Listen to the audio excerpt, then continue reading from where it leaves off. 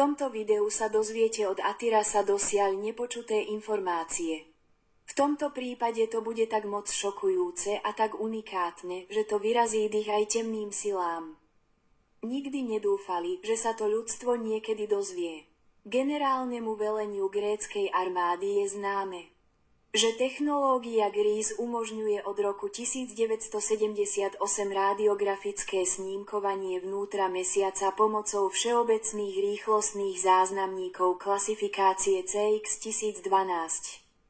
Priemerná frekvencia 3. stupňa rýchlosti bola považovaná za prichádzajúce žiarenie z neviditeľnej strany mesiaca na základe predpokladu, že je homogénne ako pochádzajúce z neutrálneho exogalaktického územia.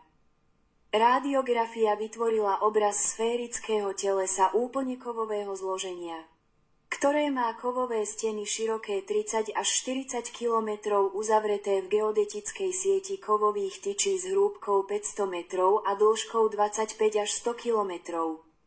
Vonkajšia vrstva tyčí nosníkov je hlboká 5 až 6 kilometrov. Na sférickom povrchu a na vzdialenejšej strane existuje nahromadenie kovov takým spôsobom, že povrch mesiaca možno považovať za vajcovitý. Vnútro mesiaca je duté a pozostáva z kovových vrstiev usporiadaných vertikálne k osi rotácie a vzdialených od seba v priemere 30 kilometrov.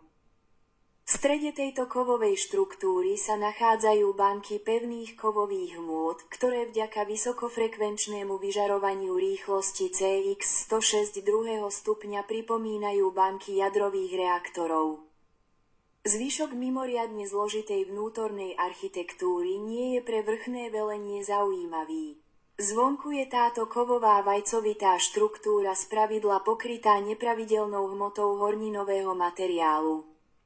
S výnimkou častí v kobylkových oblastiach, ktoré nie sú pokryté tyčovo-trámovou sieťou, ale ďalšou pevnou kovovou hmotou s hrúbkou 12 km, pripomínajúcou kruhové disky, ktorých vonkajší povrch leží v rovnakej výške ako geodetická tyčovo-trámová sieť alebo ju presahuje o 6 kilometrov. Na týchto zosilnených miestach s celkovou hrúbkou 42 až 55 kilometrov sú do masívneho kovu vyvrtané otvory, o ktorých je známe, že do nich a z nich vystupujú vesmírne lode. Vnútorné priestory vymedzené rôznymi kovovými vrstvami a valcami sú lemované mechanickými štruktúrami nepredstaviteľných rozmerov, ktoré fyzici GRIS nedokázali spojiť so žiadnou známou technológiou. Všetky pripomienky a závery poslucháčov tohto videa sú v tejto fáze úplne zbytočné. Vyzývam poslucháčov, aby sa vrátil do sféry čistej logiky a pokúsili sa zvážiť nasledujúce skutočnosti. Elektronické monitory frekvenčnej analýzy hypofýzy GRIS zaznamenali mentálne riadiace príkazy pochádzajúce z mechanických zariadení vo vnútri mesiaca vo frekvenciách príliš nepredstaviteľných pre ľudský mozog. Zaznamenalo sa 108 frekvencií vysielajúcich signály masovej hystérie v 108 príslušných jazykoch planéty Zem.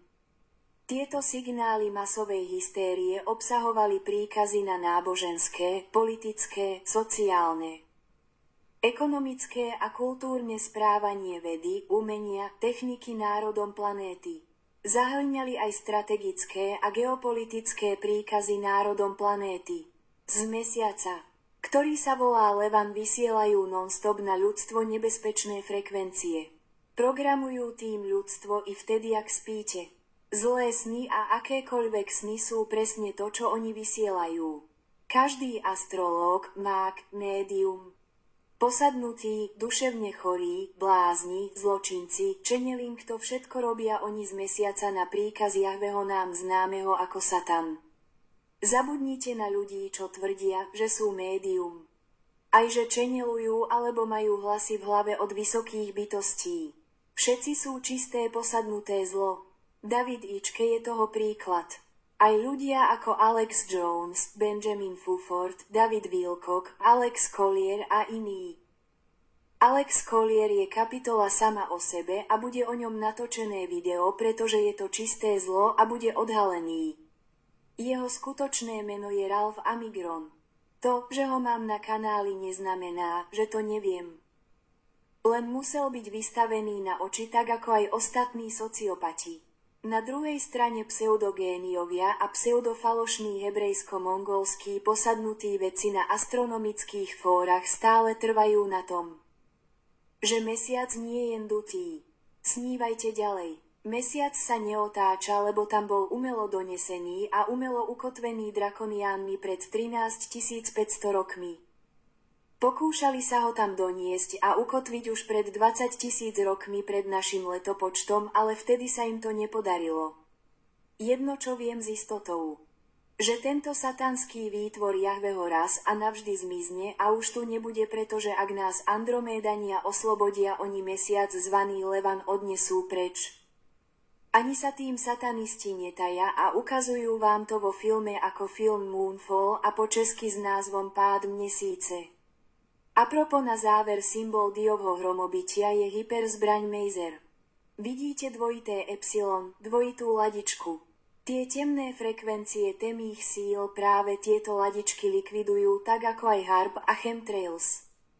Všetky fekálne blúdy NASA aj vedcov Atiras rozbije a zametie navždy pod prach. Nemajú žiadnu šancu čeliť pravde a svetlu stvoriteľa.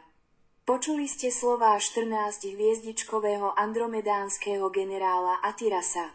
Generála pre geostratégiu, astrostratégiu a planetárnu a kozmickú bezpečnosť. Koniec prenosu.